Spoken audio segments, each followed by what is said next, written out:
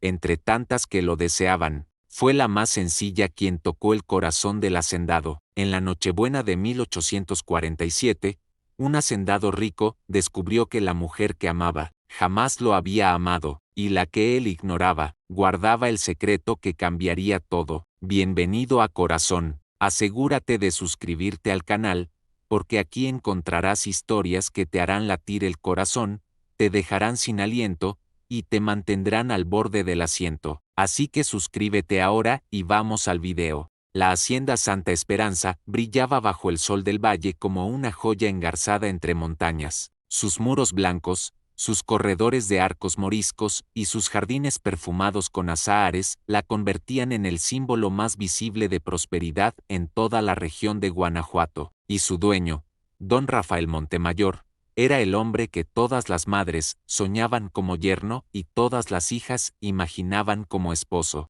Rafael tenía 30 años, estatura imponente, cabello negro como ala de cuervo y ojos grises que parecían guardar secretos antiguos. Había heredado la hacienda 5 años atrás tras la muerte repentina de su padre, don Rodrigo Montemayor, en circunstancias que nunca se aclararon del todo. Algunos decían que había sido un accidente al cabalgar de noche, otros murmuraban sobre una emboscada. Rafael jamás hablaba del tema, simplemente se hizo cargo de todo con una madurez asombrosa, convirtiendo Santa Esperanza en la hacienda más productiva de la provincia. Pero había algo más. Rafael era distante, cortés, educado, generoso con sus trabajadores, pero inaccesible en lo emocional. Asistía a todas las fiestas importantes, bailaba con las señoritas de sociedad, cumplía con las formalidades, y luego regresaba a su estudio, donde pasaba horas leyendo cartas viejas que nadie más podía ver.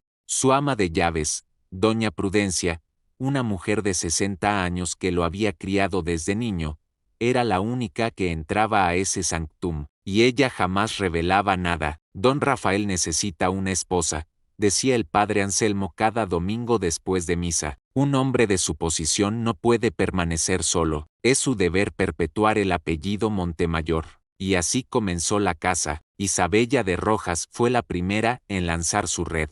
Hija del acaudalado don Bernardo de Rojas, dueño de las minas de plata más grandes de Zacatecas, Isabella tenía 24 años, piel de porcelana, cabellos castaños que caían en rizos estudiados y una ambición que superaba su belleza. Cada domingo se colocaba estratégicamente en la primera banca de la iglesia, con vestidos importados de París que hacían que todas las demás mujeres parecieran campesinas. Sus abanicos venían de Manila, sus perfumes de Sevilla, y sus modales habían sido pulidos en un convento de monjas francesas en la Ciudad de México. Rafael será mío antes de Navidad, le confió a su prima Lucía mientras bordaban en el salón de su casa. He calculado cada movimiento. Mi padre ya habló con él sobre una alianza comercial. Los negocios son el camino al corazón de los hombres. Pero Isabella no era la única cazadora. Catalina Herrera, 23 años, cabello rubio cenizo heredado de su abuela española y ojos azules como el cielo de invierno,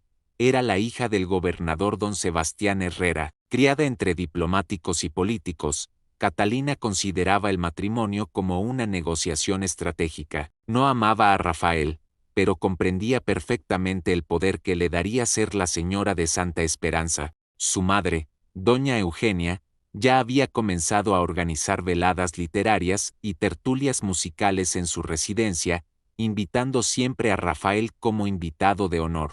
El amor es para las novelas, decía Catalina con desdén mientras practicaba en el clavecín. El matrimonio es un contrato, y yo siempre cumplo mis contratos. La tercera en la contienda era Beatriz Valverde, 22 años, rostro de Madonna florentina, voz dulce como miel y un corazón corroído por la envidia. Beatriz era hermosa, sin duda, pero su familia había perdido casi toda su fortuna por malas inversiones. El matrimonio con Rafael no era solo un deseo, era su única salvación. Por eso sonreía cuando las otras hablaban, asentía cuando ellas se jactaban, y mientras tanto tejía sus propias redes en silencio. Había aprendido de niña que las mujeres más peligrosas son aquellas que parecen inofensivas. Las tres coincidían en los mismos eventos, se saludaban con cortesía helada y se vigilaban mutuamente como gladiadoras antes del combate. La sociedad de Guanajuato observaba el espectáculo con deleite. Las apuestas corrían sobre cuál de las tres ganaría. Los caballeros hacían bromas sobre el pobre Rafael, atrapado entre tres leonas. Las señoras mayores comentaban que cualquiera de las tres sería una excelente señora de la hacienda. Pero entonces, en octubre de 1847, llegó alguien que nadie esperaba. Elena Rivera apareció en Santa Esperanza una mañana de niebla, con un pequeño atado de ropa, una carta de recomendación del padre Anselmo y las manos callosas de quien ha trabajado desde niña. Tenía 20 años, cabello negro como la noche recogido en una trenza simple, ojos color ámbar que reflejaban honestidad absoluta, y una constitución delgada pero fuerte. Su vestido era de algodón burdo, zurcido en varios lugares, no traía joyas, no usaba perfumes, olía a jabón de sosa y romero silvestre. Doña Prudencia la recibió en la cocina. Dice el padre Anselmo que eres huérfana y necesitas trabajo, dijo el ama de llaves, examinándola con ojo crítico. ¿Qué sabes hacer? Coser, lavar, cocinar, cuidar enfermos, leer y escribir, respondió Elena, sin bajar la mirada. Mi madre me enseñó antes de morir. Soy trabajadora y honesta, no pido más que un techo y comida, el salario puede ser mínimo. Doña Prudencia vio algo en aquella muchacha, quizás la manera directa de hablar, quizás la ausencia de servilismo falso, quizás simplemente necesitaba ayuda extra porque la casa era enorme. La contrató como doncella auxiliar con prueba de 3 meses. Elena conoció a don Rafael al tercer día. Había subido temprano a la biblioteca para limpiar el polvo de los estantes cuando él entró sin previo aviso. Elena dio un paso atrás, dejó caer el plumero, hizo una reverencia torpe y murmuró una disculpa. Rafael la miró con curiosidad. No era común ver doncellas tan jóvenes trabajando solas en la biblioteca. La mayoría de las muchachas del servicio temían ese lugar lleno de libros antiguos y silencio espeso. ¿Sabes leer?, preguntó Rafael, señalando los lomos de los libros. Sí, señor, respondió Elena. Mi madre fue institutriz antes de casarse. Me enseñó. ¿Y qué lees? Lo que puedo conseguir, señor.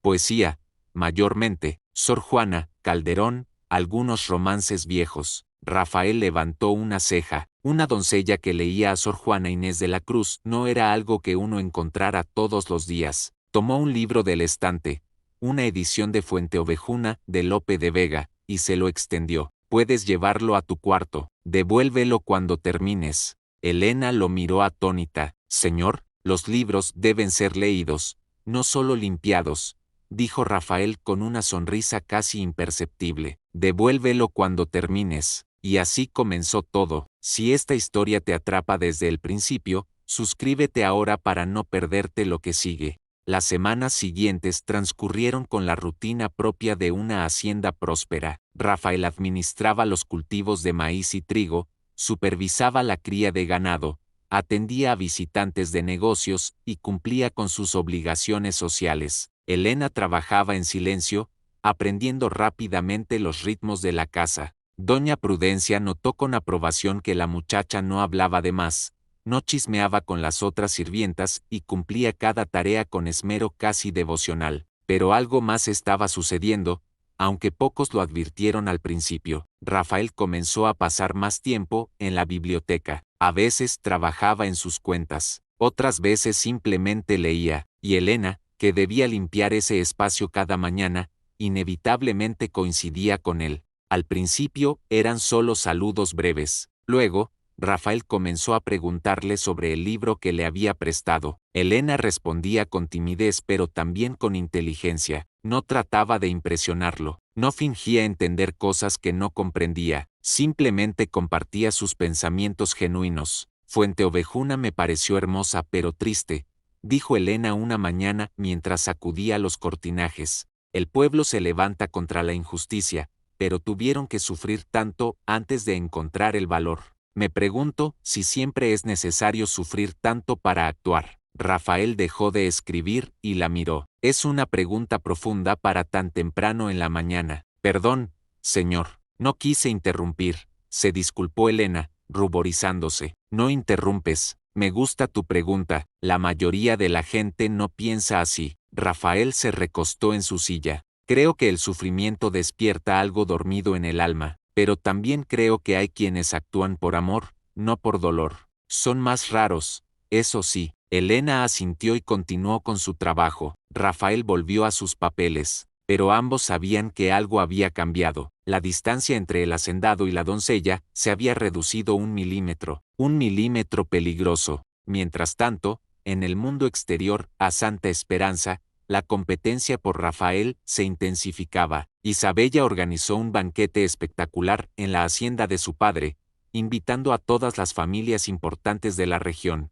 La mesa lucía plata española, cristalería bohemia y manteles bordados con hilos de oro. Isabella lució un vestido color esmeralda que realzaba sus curvas y llevaba un collar de perlas que había pertenecido a una condesa. Durante toda la velada, se aseguró de sentarse junto a Rafael, de reír con gracia ante sus comentarios, de tocarlo accidentalmente en el brazo cuando hacía énfasis en algo. Mi padre dice que Santa Esperanza y nuestras minas podrían formar el imperio comercial más poderoso de México, dijo Isabella con voz sedosa mientras los demás invitados conversaban. Imagina lo que podríamos lograr juntos, Rafael. Nuestros hijos heredarían un legado inmenso. Rafael sonrió cortésmente. Tu padre es un visionario, Isabella, pero yo no me caso por negocios. ¿Entonces por qué te casarías?, preguntó ella, inclinándose ligeramente para que él pudiera ver el escote estratégicamente calculado. Por amor, respondió Rafael simplemente, y cambió de tema. Isabella sintió una punzada de irritación, pero no se rindió. Los hombres, pensó, a veces necesitan más persuasión. Catalina, por su parte, adoptó una estrategia diferente. Sabía que Rafael era un hombre educado, culto, con intereses intelectuales. Así que organizó veladas literarias en la residencia del gobernador, invitando a poetas, escritores y académicos de Guanajuato. Allí, Catalina brillaba, recitaba poesía en francés, debatía sobre filosofía política, tocaba el clavecín con dedos perfectos, se presentaba como la compañera intelectual ideal. Un hombre como tú necesita una esposa que comprenda tus pensamientos, le dijo una noche mientras caminaban por los jardines iluminados con faroles. Alguien con quien puedas conversar de verdad, no solo de trivialidades domésticas. Tienes razón, concedió Rafael. La conversación inteligente es importante. Entonces considérame, dijo Catalina, deteniéndose bajo un árbol de magnolias. Podríamos formar una alianza no solo de familias, sino de mentes. Rafael la miró con aquellos ojos grises impenetrables. Catalina, eres brillante, pero el matrimonio requiere algo más que inteligencia compartida. ¿Qué más?, preguntó ella, genuinamente confundida. Eso, respondió Rafael con una sonrisa enigmática, es lo que estoy tratando de descubrir. Beatriz, mientras tanto, jugaba un juego más sutil y más oscuro. No tenía los recursos de Isabella ni la educación de Catalina, pero tenía algo más, sí, la habilidad de manipular desde las sombras. Comenzó a esparcir rumores cuidadosamente calibrados, que Isabella era demasiado ambiciosa y dominaría a cualquier esposo, que Catalina era fría como el hielo y jamás daría amor verdadero, que ella, Beatriz, era la única que realmente amaría a Rafael por sí mismo, no por su fortuna. También comenzó a visitar Santa Esperanza con frecuencia, llevando siempre algún pretexto, un pastel que había horneado, flores del jardín de su madre, un libro que pensó que Rafael disfrutaría. Doña Prudencia veía a través de estas artimañas, pero no podía negarle la entrada a una señorita de sociedad. Esa muchacha es una serpiente, le dijo el ama de llaves a su sobrina Marta mientras preparaban la cena. Sonríe como santa, pero tiene ojos de cazadora. ¿Y las otras dos?, preguntó Marta. Peores. Al menos Beatriz finge dulzura, las otras ni se molestan en disimular sus intenciones. Fue durante una de esas visitas de Beatriz que ocurrió el primer encuentro significativo. Rafael había salido a inspeccionar los establos cuando Beatriz llegó sin previo aviso. Doña Prudencia la hizo pasar al salón principal y le ofreció té. Beatriz aceptó, pero sus ojos recorrían la habitación como los de un cazador, evaluando cada objeto. Entonces vio a Elena. La muchacha entraba con una bandeja de galletas recién horneadas. Llevaba su sencillo vestido de algodón, su cabello trenzado sin adornos, las manos limpias pero marcadas por el trabajo. Elena hizo una reverencia y depositó la bandeja sobre la mesa. Gracias, Elena, dijo doña Prudencia. Beatriz la observó con atención microscópica. No era una amenaza, una simple doncella. Pero entonces Beatriz notó algo. Rafael entraba en ese momento al salón, aún con polvo del establo en las botas, y su rostro cambió ligeramente al ver a Elena. Fue casi imperceptible, un suavizamiento mínimo en los rasgos, una luz fugaz en los ojos grises. Duró menos de 2 segundos, pero Beatriz lo vio, y comprendió. Dime en los comentarios qué habrías hecho tú en su lugar, quiero leer tu opinión. Rafael no se daba cuenta de lo que estaba sucediendo en su propio corazón, o quizás sí lo sabía pero se negaba a admitirlo. Cada mañana encontraba razones para estar en la biblioteca cuando Elena llegaba a limpiarla. A veces le prestaba otro libro, otras veces simplemente conversaban. Rafael descubrió que Elena tenía una percepción del mundo que raramente encontraba en los salones de sociedad. No hablaba con artificios, no buscaba impresionar. Simplemente decía lo que pensaba con una honestidad desarmante. Mi madre solía decir que las personas revelan quiénes son en los pequeños actos, no en los grandes, comentó Elena un día mientras ordenaba los libros de historia. Cualquiera puede ser generoso cuando todos están mirando, pero ser bondadoso cuando nadie te ve, eso define el carácter verdadero. Tu madre era sabia, dijo Rafael. ¿Cómo era ella? Elena sonrió con melancolía. Hermosa, no por fuera, aunque también lo era, sino por dentro. Trabajó toda su vida como institutriz y costurera después de que mi padre muriera. Nunca se quejó, nunca perdió la fe. Me enseñó que la dignidad no depende de la posición social, sino de cómo tratamos a los demás. Hizo una pausa. Murió hace 2 años de fiebre. La cuidé hasta el final. Sus últimas palabras fueron: Elena, encuentra trabajo honesto, mantén tu corazón limpio y no permitas que la dureza del mundo te endurezca a ti. Rafael sintió algo moverse en su pecho, una emoción que no había sentido en años, respeto, admiración, y algo más que no se atrevía a nombrar. Ella estaría orgullosa de ti, dijo en voz baja. Elena levantó la mirada y sus ojos color ámbar se encontraron con los grises de Rafael. Por un instante, el mundo se detuvo. La biblioteca, los libros, la hacienda, todo desapareció excepto ese momento de conexión pura entre dos almas. Entonces Elena bajó la vista, ruborizada, y murmuró una excusa sobre terminar la limpieza en otras habitaciones. Salió rápidamente. Rafael se quedó solo, mirando la puerta por donde ella había desaparecido. Por primera vez en 5 años, desde la muerte de su padre, sintió algo diferente, algo peligroso, porque Rafael guardaba un secreto terrible que lo había mantenido alejado del amor, del matrimonio, de cualquier compromiso emocional profundo. En el cajón más oculto de su escritorio, cerrado con llave que siempre llevaba al cuello, había una carta escrita por su padre la noche antes de morir. Una carta que Rafael había encontrado días después del funeral, escondida entre los libros de contabilidad. Una carta que cambiaba todo. Esa noche, después de que toda la casa se durmió, Rafael abrió el cajón y releyó por enésima vez las palabras que lo atormentaban.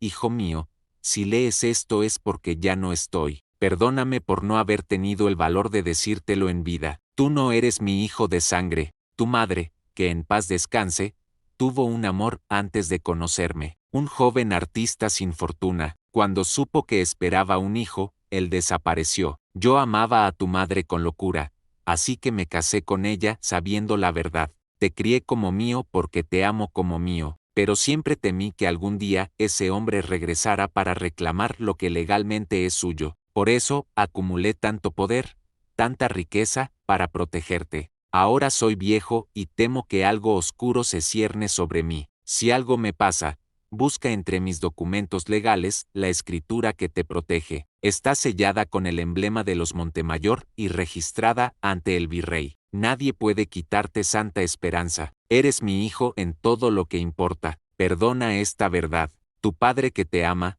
Rodrigo Montemayor. Rafael había leído esa carta 100 veces, 1000 veces, la verdad lo había golpeado como un rayo.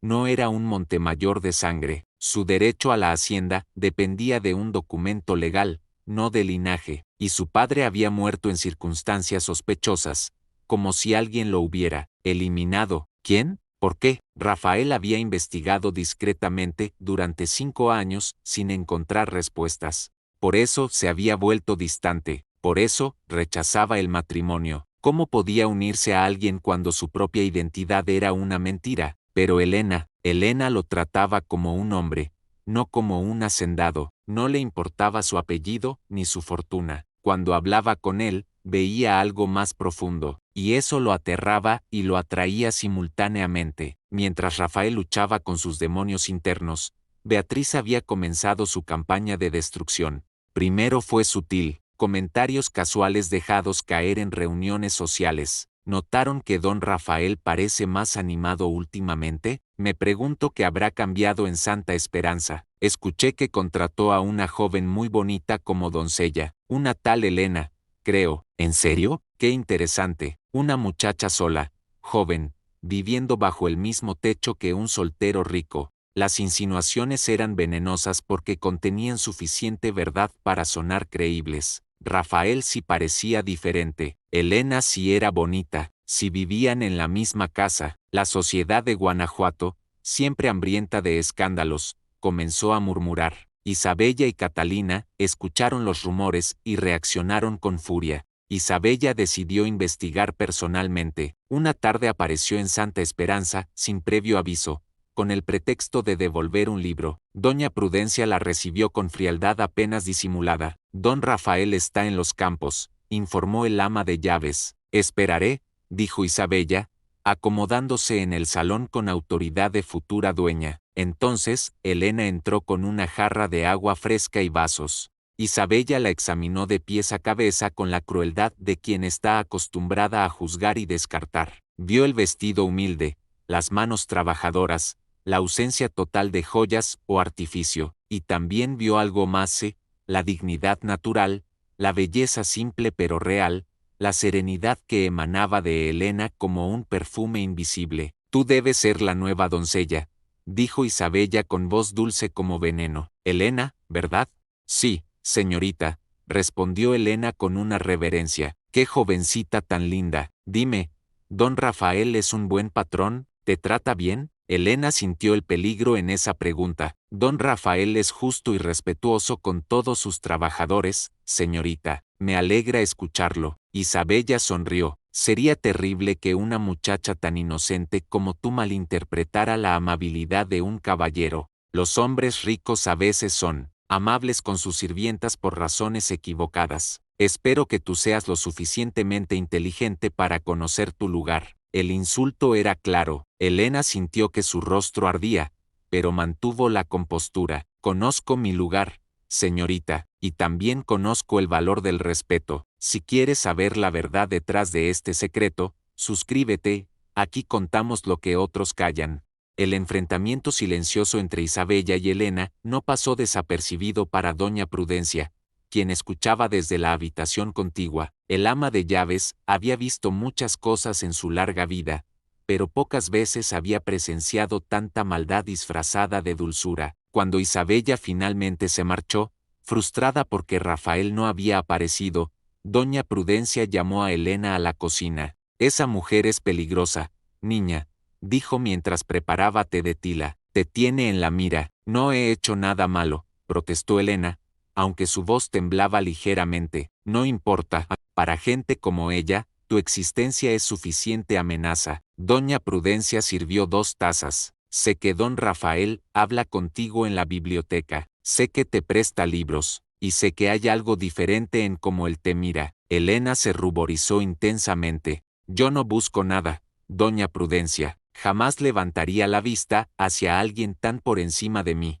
solo hago mi trabajo. Lo sé, hija, por eso te lo advierto, porque tu inocencia es tu mayor peligro. Las mujeres como Isabella, Catalina y Beatriz no juegan con reglas. Si creen que eres competencia, te destruirán. Así que ten cuidado, mantén tu distancia del Señor. Es por tu bien. Elena asintió, con lágrimas amenazando sus ojos. Esa noche, acostada en su pequeño cuarto de servicio, decidió que doña Prudencia tenía razón. Debía alejarse. Rafael era un sueño imposible. Ella era una doncella huérfana sin fortuna ni nombre. Él era un hacendado rico con responsabilidades sociales. Por más que su corazón saltara cada vez que lo veía, por más que sus conversaciones llenaran su alma de alegría, no había futuro posible entre ellos. Al día siguiente, Elena comenzó a evitar a Rafael. Limpiaba la biblioteca una hora más temprano. Si él entraba a una habitación, ella encontraba excusas para salir. Ya no aceptaba libros prestados. Se volvió invisible, como debe ser una buena sirvienta. Rafael notó el cambio inmediatamente, y le dolió más de lo que quería admitir.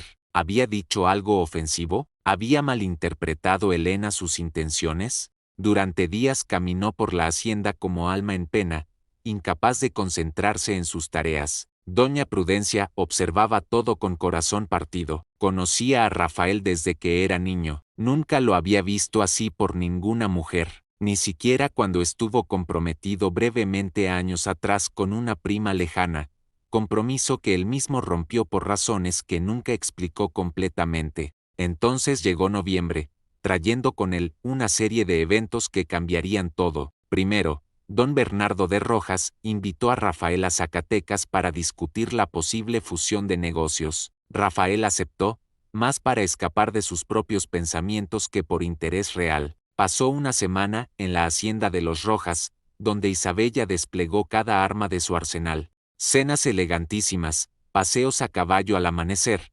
conversaciones estratégicas sobre el futuro. Isabella incluso se aseguró de que Rafael la encontrara casualmente en el jardín una noche de luna llena, con su cabello suelto y un vestido blanco que la hacía parecer una aparición. Se declaró sin rodeos: Rafael, sabes que nos conviene unirnos. Nuestras familias, nuestros negocios, todo encaja perfectamente, y yo podría hacerte feliz. Soy bella, educada, rica. ¿Qué más podrías desear? Rafael la miró con tristeza. Isabella, eres magnífica, serás una esposa maravillosa para alguien, pero no para mí. ¿Por qué no?, exigió ella, con lágrimas de frustración. ¿Qué te falta en mí? No me falta nada en ti. Rafael suspiró. Me falta algo en mí. No puedo darte lo que mereces porque mi corazón está en otra parte. Isabella palideció. ¿Hay alguien más? Rafael no respondió, pero su silencio lo dijo todo. Isabella regresó a su habitación furiosa. Si Rafael amaba a otra,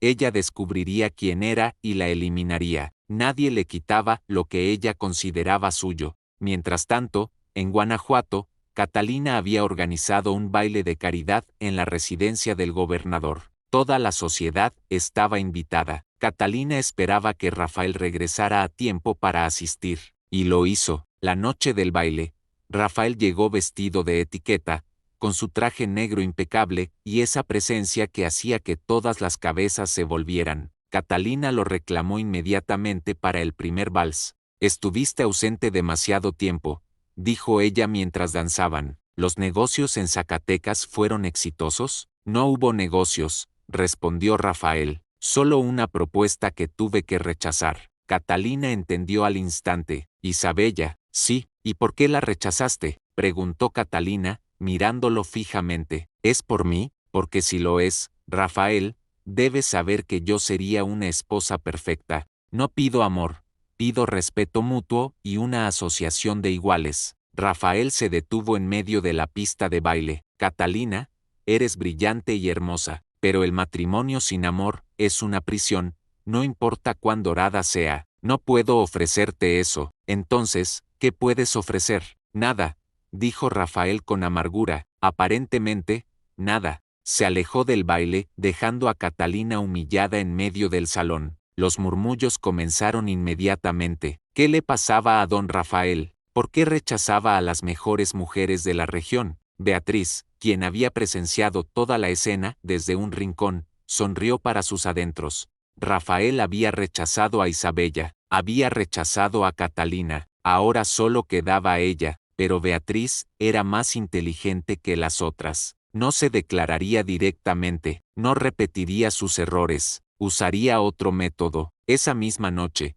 Beatriz visitó a Padre Anselmo en la rectoría. Padre, vengo a usted con un dilema moral, dijo con voz temblorosa. Hay rumores en la parroquia sobre don Rafael y una de sus doncellas, una tal Elena Rivera. Dicen que él pasa tiempo a solas con ella, que le presta libros, que hay algo inapropiado. Como cristiana, no sé si debería hablar de esto, pero mi conciencia me atormenta. ¿Qué debo hacer?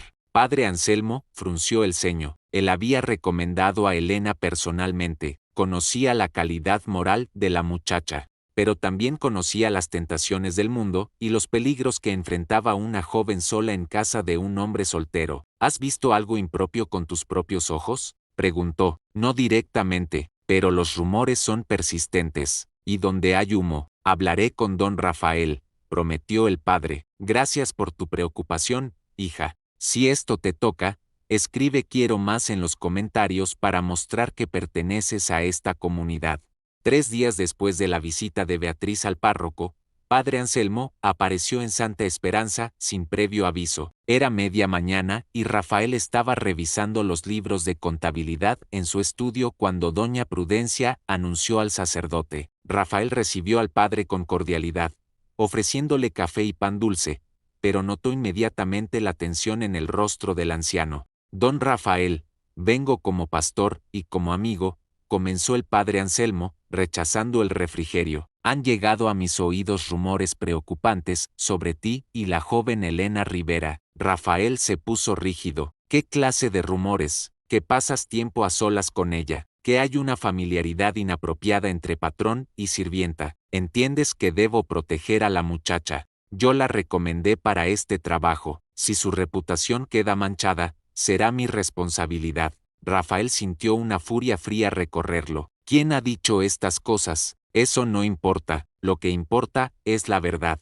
¿Son ciertos estos rumores? Converso con Elena ocasionalmente, admitió Rafael, midiendo cada palabra. Le he prestado algunos libros porque tiene sed de conocimiento. Nada más ha ocurrido, y nada ocurrirá que sea deshonroso para ella o para mí. Las apariencias importan, hijo, dijo el padre con severidad. Una joven soltera viviendo bajo tu techo, conversaciones privadas, libros compartidos. La sociedad interpreta estas cosas de cierta manera. Debes elegir, o te casas pronto con alguien de tu clase y pones fin a estos rumores, o Elena debe irse. ¿Quiere que la despida por el crimen de ser honesta y trabajadora? Preguntó Rafael, elevando la voz. Quiero proteger su honra, y la tuya. El padre se puso de pie. Tienes hasta Navidad para resolver esto, o anuncias tu compromiso con una mujer apropiada, o Elena debe marcharse. No puedo permitir que mi recomendación termine arruinando la vida de esa muchacha. Padre Anselmo se marchó dejando a Rafael sumido en tormento. Había pasado 5 años evitando el matrimonio por su secreto de nacimiento, pero ahora, por primera vez, el matrimonio no era algo que temía, sino algo que deseaba, con la única mujer que no podía tener sin destruir su reputación y futuro. La ironía era cruel. Esa tarde, Rafael llamó a Elena a la biblioteca. Ella llegó con el corazón palpitante, temiendo lo peor. Rafael estaba junto a la ventana, mirando los campos que se extendían hasta el horizonte. No se volvió cuando ella entró. Elena, debo disculparme contigo, comenzó él. Mi amistad, mis conversaciones, los libros prestados, todo esto ha generado rumores que dañan tu nombre. Nunca fue mi intención ponerte en peligro. Elena sintió que el mundo se desmoronaba. No debe disculparse, señor. Yo sabía los riesgos. Debí mantener mi distancia. No debiste hacer nada, dijo Rafael, volviéndose finalmente. La culpa es mía, pero ahora debemos tomar decisiones. El padre Anselmo me ha dado un ultimátum, o me caso antes de Navidad, o tú debes irte. Las lágrimas brotaron de los ojos de Elena. Entonces me iré. No permitiré que mi presencia arruine su vida. Usted merece una esposa de su clase, alguien que pueda caminar a su lado sin vergüenza. ¿Y si esa no es la esposa que deseo? Las palabras salieron de Rafael sin pensar. El silencio que siguió fue eléctrico. Elena lo miraba con incredulidad. Rafael también parecía sorprendido por su propia confesión. Durante largos segundos, ninguno habló. Entonces, Rafael dio un paso hacia ella. Elena, no soy quien crees que soy. Guardo un secreto tan oscuro que me ha mantenido alejado del amor durante años. Pero contigo siento que podría ser yo mismo, sin títulos, sin máscaras, solo un hombre frente a una mujer que ve su alma. Elena retrocedió, aterrada y emocionada simultáneamente. No puede decir estas cosas, señor. La sociedad nunca lo permitiría. Su familia, su posición, todo lo que ha construido. ¿Y qué vale todo eso si vivo una mentira? Rafael levantó la voz. He cumplido con cada expectativa. He sido el hijo perfecto, el hacendado modelo, el caballero intachable. Pero nunca he sido feliz. Hasta ahora. Por favor. No, susurró Elena, me marcharé. Es la única solución. Antes de que Rafael pudiera responder, la puerta se abrió bruscamente. Beatriz entró como un torbellino, seguida por Isabella Catalina Doña Prudencia y para horror de Rafael varios miembros prominentes de la sociedad de Guanajuato que casualmente estaban visitando a Beatriz esa tarde y fueron convencidos de pasar por Santa Esperanza. Lo sabía, gritó Beatriz con voz triunfante. Todos dudaban, pero yo sabía que este escándalo era real. Los visitantes miraron la escena, Rafael y Elena solos en la biblioteca, ella con lágrimas, él visiblemente alterado, la distancia entre ellos sospechosamente corta. Los murmullos comenzaron inmediatamente. Isabella avanzó con furia contenida. Así que esto es lo que has estado ocultando, Rafael. Una aventura con tu sirvienta. Qué predecible. Que era común. No hay ninguna aventura, dijo Rafael con voz glacial. Ustedes han invadido mi casa con acusaciones infundadas. ¿Infundadas?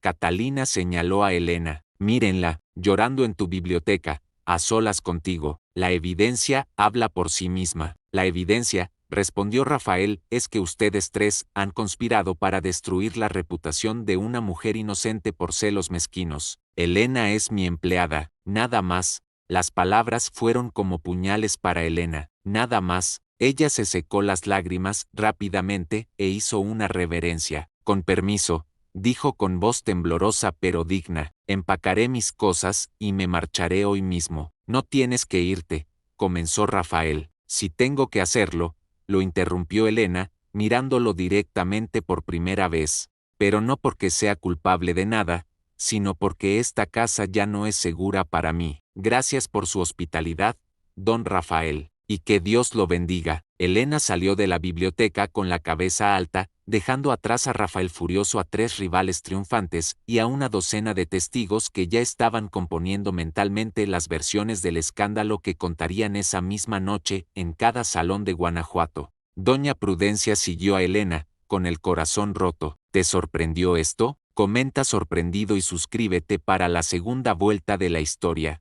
Elena empacó sus pocas pertenencias en menos de una hora. No era difícil. Casi todo lo que poseía cabía en el mismo atado de tela con el que había llegado 4 meses atrás. Doña Prudencia intentó convencerla de quedarse al menos hasta encontrar otro lugar, pero Elena se negó. Cada minuto adicional en Santa Esperanza era una tortura. Podía escuchar las voces abajo, las acusaciones veladas, los murmullos escandalizados. Su nombre estaba arruinado. Tendría que irse de Guanajuato, quizás incluso de la provincia entera. Mientras doblaba su último vestido, encontró algo que había olvidado, el libro que Rafael le había prestado semanas atrás, una colección de sonetos de Garcilaso de la Vega. Lo había terminado pero nunca tuvo oportunidad de devolverlo. Ahora debía hacerlo antes de partir. Bajó por las escaleras de servicio, evitando el salón principal donde todavía se escuchaban voces airadas, y se dirigió a la biblioteca. La habitación estaba vacía. Elena dejó el libro sobre el escritorio de Rafael con manos temblorosas. Entonces, sin saber por qué, abrió el volumen y escribió una breve nota en la última página, en blanco con la pluma de Rafael. Gracias por enseñarme que la bondad existe incluso en un mundo cruel. Nunca olvidaré nuestras conversaciones. Que encuentre la felicidad que merece. Cerró el libro y se dispuso a salir. Pero al hacerlo, su manga enganchó un marco de plata sobre el escritorio, derribándolo. El marco cayó al suelo con un ruido seco. Elena se agachó rápidamente para recogerlo, rogando que no se hubiera roto. No lo estaba, pero el impacto había abierto el respaldo del marco, revelando algo oculto detrás de la fotografía, un pequeño medallón de oro, delicado y antiguo, con un grabado casi borrado por el tiempo. Elena no quería entrometerse, pero el medallón había caído a sus pies. Lo recogió instintivamente. Era hermoso, con filigranas intrincadas y lo que parecía ser un escudo de armas. Lo abrió. Dentro había dos miniaturas pintadas, una mujer de extraordinaria belleza con ojos grises idénticos a los de Rafael, y un joven de aspecto bohemio con ropas de artista. En la parte posterior del medallón había una inscripción en letras diminutas C.A.M.M.V. Amor Eterno 1814. Elena se quedó paralizada. A.M. Aurora Montemayor, la madre de Rafael, y M.V. No conocía ese apellido. Algo en su memoria se movió, inquieto. Su propia madre había mencionado una vez, hacía años, cuando Elena era niña, a un pintor talentoso que había pasado por su pueblo, un hombre llamado Miguel Vargas, que pintaba retratos para familias ricas pero que desapareció misteriosamente de la región después de algún escándalo en Guanajuato. Elena nunca supo más detalles. Su madre simplemente había dicho, algunas historias de amor están condenadas desde el principio. Podría ser. ¿Qué haces con eso? La voz de Rafael la sobresaltó. Él estaba en la puerta, con el rostro pálido y los ojos fijos en el medallón. Elena lo extendió rápidamente. Lo siento, señor. Derribé el marco sin querer y esto cayó. Yo no quería. Rafael atravesó la habitación en 3 zancadas y tomó el medallón de sus manos. Lo miró como si viera un fantasma. Entonces, para sorpresa de Elena, se dejó caer en su silla con un suspiro de derrota. Ya no importa, dijo con voz hueca, ya nada importa. ¿Te vas? Mi reputación está manchada. El secreto de mi familia eventualmente saldrá a la luz. Todo está perdido. Elena debería haberse marchado. Debería haber salido de esa biblioteca y nunca mirar atrás. Pero algo en la desesperación de Rafael la detuvo. Se acercó lentamente. ¿Qué secreto, señor? Rafael la miró. En sus ojos había años de dolor contenido, de soledad, de preguntas sin respuesta, y en ese momento de vulnerabilidad total, decidió confiar en la única persona que jamás le había pedido nada. No soy un Montemayor de sangre, dijo simplemente. Mi madre amó a otro hombre antes de casarse con quien yo creí mi padre toda mi vida. Este medallón perteneció a ese hombre, Miguel Vargas, un artista sin fortuna que desapareció cuando supo del embarazo. Don Rodrigo se casó con mi madre, sabiendo la verdad, y me crió como suyo. Pero yo no tengo derecho real a esta hacienda, solo un documento legal que me protege, documentos que pueden ser impugnados, destruidos, robados. Elena escuchaba atónita. ¿Por eso nunca se ha casado? ¿Por eso rechaza a todas las mujeres? ¿Cómo puedo construir un matrimonio sobre una mentira? Rafael se pasó las manos por el cabello. ¿Cómo puedo pedirle a alguien que comparta mi nombre cuando ni siquiera estoy seguro de tener derecho a él? Durante 5 años he vivido con miedo de que alguien descubra la verdad, de que la familia Vargas regrese para reclamar su herencia, de que todo lo que soy sea una farsa. Pero su padre, don Rodrigo, lo amaba, dijo Elena suavemente. Eso me contó doña Prudencia. Lo amaba como hijo verdadero. Usted es Montemayor en todo menos en sangre, y la sangre no define quién es usted. La sociedad piensa diferente. La sociedad, respondió Elena con una fiereza que la sorprendió a ella misma, está equivocada. Usted es bueno, justo, honorable. Eso no viene de un apellido, viene del corazón. Rafael la miró como si la viera por primera vez, o quizás como si finalmente se permitiera verla completamente. Se puso de pie y dio un paso hacia ella. Elena, ¿sabes por qué nunca pude casarme con Isabella, Catalina o Beatriz? Porque con ellas habría tenido que seguir fingiendo ser el hacendado perfecto, el esposo modelo, la fachada impecable. Pero contigo podría ser yo mismo, sin máscaras. Antes de que Elena pudiera responder, pasos apresurados resonaron en el corredor. Doña Prudencia entró sin aliento. Don Rafael, debe venir inmediatamente. Ha llegado un hombre de la Ciudad de México. Dice que trae documentos urgentes relacionados con la herencia Montemayor. Está en el salón con un notario y vaciló y con alguien que dice ser descendiente de Miguel Vargas. El color abandonó el rostro de Rafael. El momento que había temido durante 5 años finalmente había llegado. Elena vio el terror en sus ojos y, sin pensarlo, tomó su mano. Enfrente esto, dijo ella, sea quien realmente es, y si pierdes todo, al menos sabrá que vivió con verdad. Rafael apretó su mano, tomando fuerza de esa conexión simple pero profunda. Ven conmigo, dijo, pase lo que pase, quiero que estés presente. Juntos bajaron al salón principal, donde una escena extraordinaria los esperaba. Un hombre mayor vestido de negro, con aspecto de abogado, sostenía un portafolio de cuero. A su lado estaba un joven de unos 25 años, con rasgos que recordaban inquietantemente al retrato del medallón, ojos oscuros, constitución delgada, manos de artista. Isabella, Catalina y Beatriz seguían allí, junto con los otros visitantes, todos expectantes ante el drama que se desarrollaba. El abogado habló primero. Don Rafael Montemayor, soy el licenciado Ernesto Aguirre, representante legal de la familia Vargas. Este joven es Antonio Vargas, nieto de Miguel Vargas. Venimos a presentar una demanda formal sobre la Hacienda Santa Esperanza, basada en documentos que prueban que usted es hijo biológico de Miguel Vargas, no de Rodrigo Montemayor, y por lo tanto no tiene derecho legal a esta propiedad. El salón estalló en murmullos. Isabella ahogó un grito. Catalina palideció. Beatriz sonrió apenas, pensando que el escándalo finalmente destruiría a Rafael y quizás ella podría recoger los pedazos. Pero entonces, Antonio Vargas levantó la mano pidiendo silencio. Espere, licenciado, antes de proceder,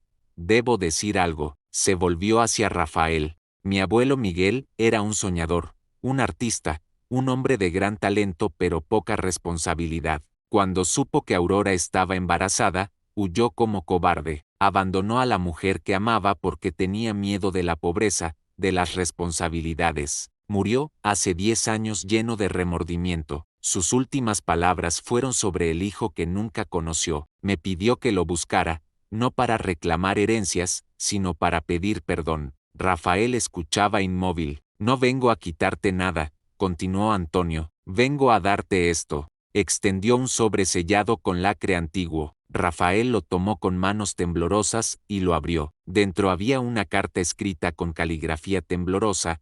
A mi hijo desconocido, no tengo derecho a llamarte hijo, pues nunca cumplí ese papel. Rodrigo Montemayor fue tu verdadero padre en todo lo que importa. Él te dio nombre, hogar, amor. Yo solo te di sangre, y la sangre sin amor no vale nada. Esta carta es mi testamento final. Renuncio a cualquier reclamación sobre ti o sobre la herencia Montemayor. Eres hijo de Rodrigo, no mío. Perdóname por la cobardía. Ojalá encuentres la felicidad que yo nunca merecí. Miguel Vargas, 1842. El silencio en el salón era absoluto. Rafael leyó la carta 2 veces, 3 veces. Entonces las lágrimas que había contenido durante 5 años finalmente brotaron. Antonio se acercó y puso una mano en su hombro. Eres libre, hermano, dijo suavemente, libre de las sombras del pasado. La revelación de Antonio Vargas dejó a todos en shock. El licenciado Aguirre explicó que había descubierto la carta de Miguel mientras organizaba sus documentos póstumos y, tras investigar,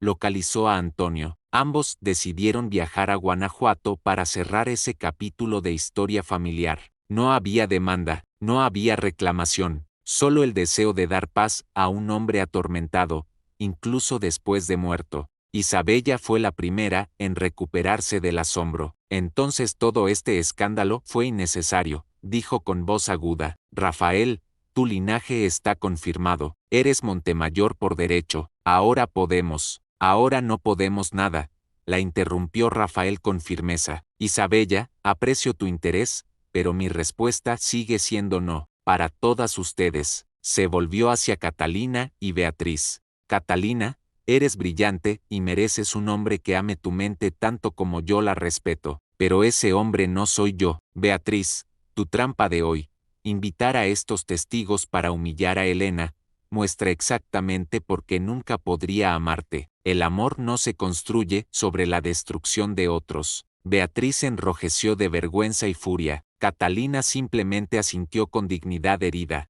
Isabella, incapaz de aceptar la derrota, intentó un último ataque. ¿Y qué harás entonces? ¿Casarte con tu sirvienta? Escupió las palabras con veneno. La sociedad te destrozará. Serás el hazmerreír de la provincia. Todos hablarán de cómo el gran Rafael Montemayor se rebajó a suficiente, tronó Rafael. He pasado 5 años de mi vida preocupándome por las apariencias, por lo que la sociedad piensa, por cumplir expectativas que no me pertenecían. Y en esos 5 años fui más miserable que nunca, hasta que llegó alguien que me vio como soy. No mi fortuna, no mi apellido, solo yo. Se volvió hacia Elena, quien había permanecido en silencio junto a la puerta, con lágrimas corriendo por sus mejillas. Elena Rivera, no tengo derecho a pedirte nada después de cómo mi mundo te ha tratado, pero voy a hacerlo de todas formas. Se arrodilló frente a ella, ante el asombro de todos los presentes. ¿Me harías el honor de ser mi esposa? El salón estalló en exclamaciones. Elena sollozaba, incapaz de hablar. Rafael continuó, no puedo ofrecerte una vida fácil. Habrá quienes nos juzguen, habrá puertas que se cierren, pero te ofrezco mi corazón completo, sin máscaras, sin secretos. Te ofrezco un amor que nunca supe que podía sentir hasta que tú llegaste. ¿Es suficiente? Elena se arrodilló frente a él, tomando su rostro entre sus manos trabajadoras. Es más que suficiente, susurró. Sí, 1000 veces sí. Rafael la besó entonces, delante de todos, rompiendo cada regla de decoro y protocolo social. Y en ese momento, doña Prudencia comenzó a aplaudir. Luego, Antonio Vargas se unió. Después el licenciado Aguirre. Incluso, algunos de los visitantes, conmovidos por la escena, aplaudieron. Isabella salió furiosa del salón. Catalina la siguió con más compostura. Beatriz permaneció un momento más, mirando a Rafael y Elena con una mezcla de envidia y, quizás por primera vez, comprensión de que el amor verdadero no se puede fabricar ni comprar. Entonces padre Anselmo, quien había llegado durante el tumulto y presenciado todo desde el umbral, entró al salón. Parece que mi ultimátum se resolvió solo, dijo con una sonrisa. Rafael, Elena, si están seguros de esto, los casaré yo mismo, pero deben entender las consecuencias. La sociedad será cruel. Que lo sea, respondió Rafael, poniéndose de pie y ayudando a Elena a levantarse. He vivido demasiado tiempo para los demás. Es hora de vivir para mí mismo. Los días siguientes fueron un torbellino de preparativos y escándalos. La noticia del compromiso de Rafael con su antigua doncella se esparció por Guanajuato como fuego en pasto seco. Algunas familias lo consideraron una vergüenza, otras lo vieron como romántico. Los trabajadores de Santa Esperanza estaban eufóricos. Elena siempre los había tratado con respeto y bondad. Doña Prudencia comenzó a planear una boda modesta pero significativa para Nochebuena, exactamente 2 meses después del día en que Elena había querido marcharse. Pero las 3 rivales no se habían rendido completamente. Isabella, humillada ante su padre, tuvo que explicar por qué la alianza comercial no se daría. Don Bernardo, pragmático hasta el final, simplemente encontró otro socio. Pero Isabella no podía perdonar la humillación pública. Comenzó a esparcir rumores venenosos sobre Elena, que había usado brujería, que había seducido deliberadamente a Rafael, que era una cazafortunas disfrazada de inocente. Catalina adoptó un enfoque más sofisticado. Organizó una reunión de las damas más influyentes de la sociedad y propuso que ninguna de ellas asistiera a la boda ni recibiera a los Montemayor en sus casas después del matrimonio. Un boicot social completo. Muchas accedieron, El matrimonio de Rafael con una sirvienta sentaba un precedente peligroso. ¿Qué seguiría? ¿Hacendados casándose con campesinas? ¿La disolución completa de las barreras de clase? Beatriz, por su parte, hizo algo aún más retorcido. Visitó a Elena una tarde cuando Rafael estaba en los campos. «Vine a advertirte», dijo Beatriz con voz engañosamente dulce. «Crees que has ganado, pero destruirás a Rafael. La sociedad lo destrozará, sus negocios sufrirán, sus amigos lo abandonarán, todo por ti. ¿Realmente lo amas lo suficiente para condenarlo a esa vida?» Elena sintió un puñal de duda clavarse en su corazón. ¿Y si Beatriz tenía razón? ¿Y si su amor causaba más daño que bien? Esa noche no pudo dormir, atormentada por preguntas terribles. Al día siguiente, Rafael la encontró en el jardín, con los ojos hinchados de llorar. «¿Qué sucede?», preguntó alarmado. Elena le contó sobre la visita de Beatriz y sus miedos. Rafael la abrazó fuertemente. «Elena, escúchame, perder mi posición social no me asusta, perder negocios no me asusta, lo único que me aterra es perderte a ti. He vivido en una jaula dorada toda mi vida, preferible vivir libre y pobre contigo que rico y solo sin ti. ¿Y si te arrepientes?», sollozó Elena. «Imposible». Rafael levantó su barbilla para que lo mirara. «La única decisión de la que me arrepentiría sería dejarte ir. Ahora dime la verdad. ¿Tú quieres casarte conmigo o solo aceptaste por compasión?» «Te amo», confesó Elena. «Dios sabe que no debería, que es una locura, pero te amo con cada fibra de mi ser». «Entonces el resto no importa», dijo Rafael, y la besó bajo el sol de diciembre mientras el mundo entero parecía contener el aliento, esperando ver si este amor imposible sobreviviría al peso de la realidad. Faltaba una semana para la boda, y el destino tenía preparada una última prueba. La noche del 23 de diciembre, víspera de la boda, comenzó con una tragedia. Un incendio estalló en los graneros de Santa Esperanza. Las llamas iluminaban el cielo nocturno como un amanecer prematuro. Rafael organizó inmediatamente brigadas de trabajadores para combatir el fuego y salvar lo que pudieran. La cosecha de todo el año estaba en esos graneros. Si se perdía, la hacienda enfrentaría una crisis económica devastadora. Elena, en lugar de quedarse segura en la casa, corrió a ayudar. Formó una cadena de cubos de agua, organizó a las mujeres para atender a los heridos por humo y quemaduras, incluso entró 2 veces a los establos en llamas para liberar a los caballos aterrorizados. Doña Prudencia gritaba que se detuviera, pero Elena no escuchaba. Esta era su familia ahora, esta gente, esta tierra, este hombre, lucharía por ellos. Tomó 4 horas controlar el incendio. Cuando las últimas brasas fueron sofocadas,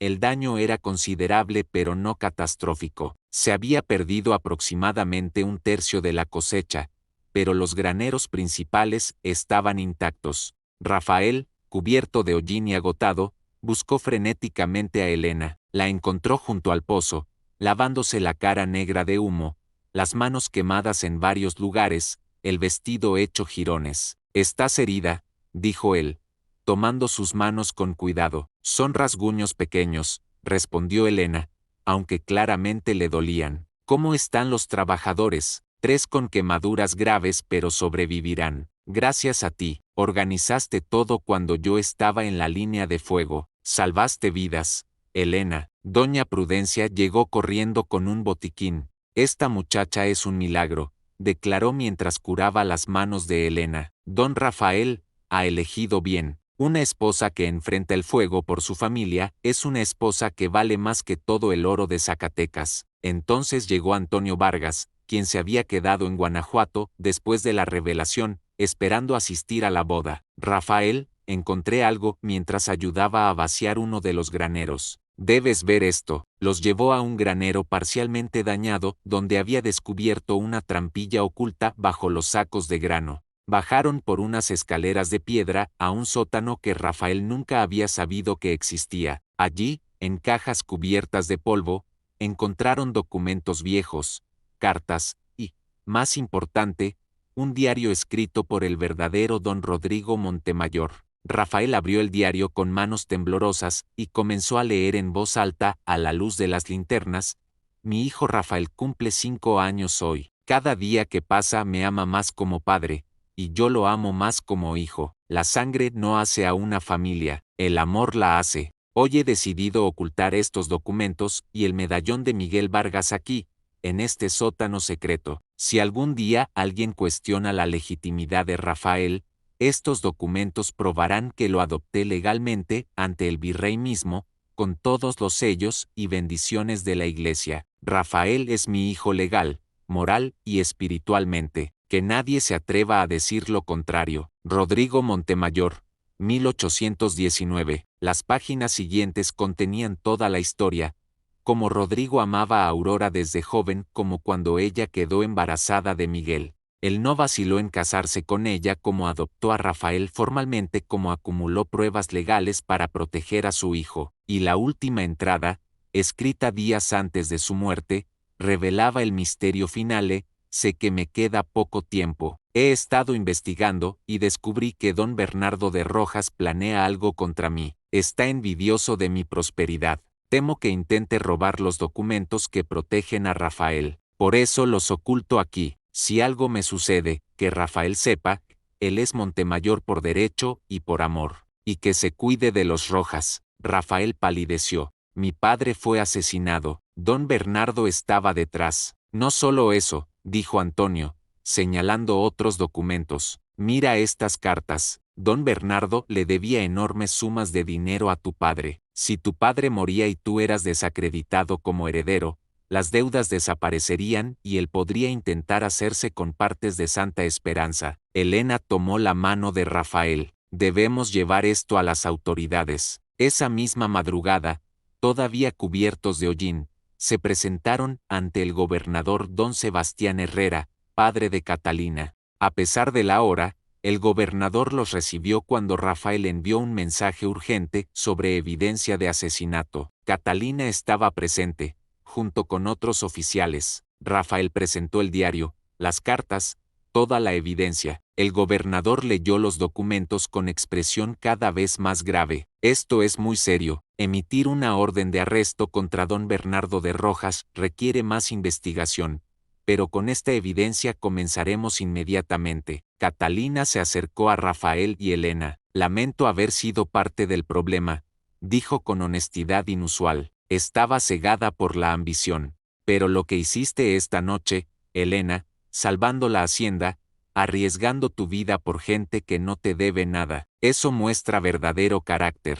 Rafael eligió bien. Yo estaba equivocada. Era el amanecer del 24 de diciembre, Nochebuena, el día de la boda. Rafael y Elena regresaron a Santa Esperanza exhaustos pero triunfantes. Doña Prudencia tenía el baño listo, ropa limpia preparada y un desayuno que podría resucitar a los muertos. Les ordenó dormir unas horas. La boda sería al atardecer. Esa tarde, mientras el sol comenzaba a descender pintando el cielo de oro y púrpura, la pequeña capilla de Santa Esperanza se llenó, no con la élite de Guanajuato, que había rechazado asistir, sino con algo mejor: los trabajadores de la hacienda, sus familias, comerciantes del pueblo que respetaban a Rafael, y sorprendentemente, Catalina Herrera, quien llegó sola con un regalo de bodas. Elena caminó hacia el altar con un vestido sencillo de seda blanca que doña Prudencia había cosido personalmente, con flores silvestres en el cabello. No parecía una princesa de cuento, parecía algo mejor, una mujer real, fuerte, hermosa por dentro y por fuera, caminando hacia su futuro con dignidad absoluta. Rafael la esperaba junto a padre Anselmo, con traje negro impecable, los ojos brillantes de emoción. Cuando Elena llegó a su lado, él tomó sus manos vendadas y las besó con ternura infinita. Elena Rivera,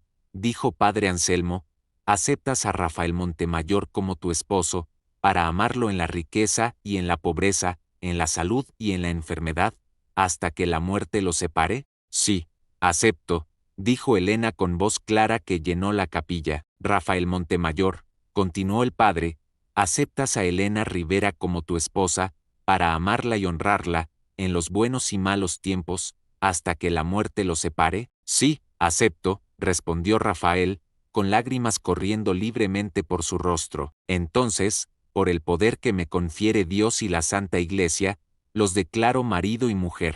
Puedes besar a tu esposa. Rafael tomó el rostro de Elena entre sus manos y la besó con la promesa de toda una vida. La capilla estalló en aplausos y vítores. Antonio Vargas tocaba la guitarra. Los trabajadores cantaban villancicos. Las campanas repicaban anunciando que algo milagroso había sucedido.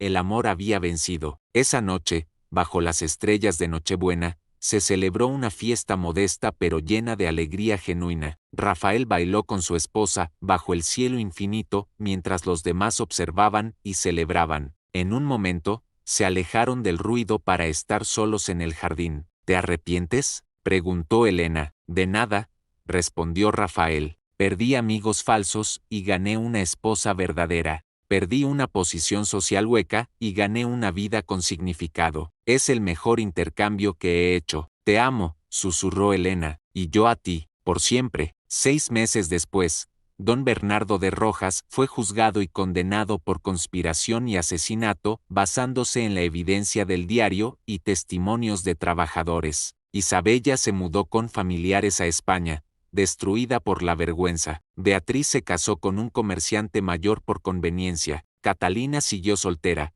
pero se volvió una defensora de reformas sociales, influenciada por lo que había presenciado. Rafael y Elena permanecieron en santa esperanza, construyendo una vida extraordinaria, no en los salones de la élite, sino en algo mejor, una comunidad donde el valor humano importaba más que el apellido. Tuvieron 3 hijos. Rafael enseñó a su hijo mayor todo sobre administración de la hacienda, pero también le enseñó la lección más importante, que el verdadero legado no son las tierras ni el dinero, sino el amor con el que tratas a los demás. Y cada Nochebuena, mientras las campanas repicaban, Rafael tomaba la mano de Elena y recordaban aquella noche cuando el amor verdadero triunfó sobre las apariencias, cuando una simple doncella tocó el corazón del hacendado más codiciado, y cuando ambos descubrieron que la felicidad nunca está en lo que la sociedad espera, sino en atreverse a escuchar al corazón. Fin.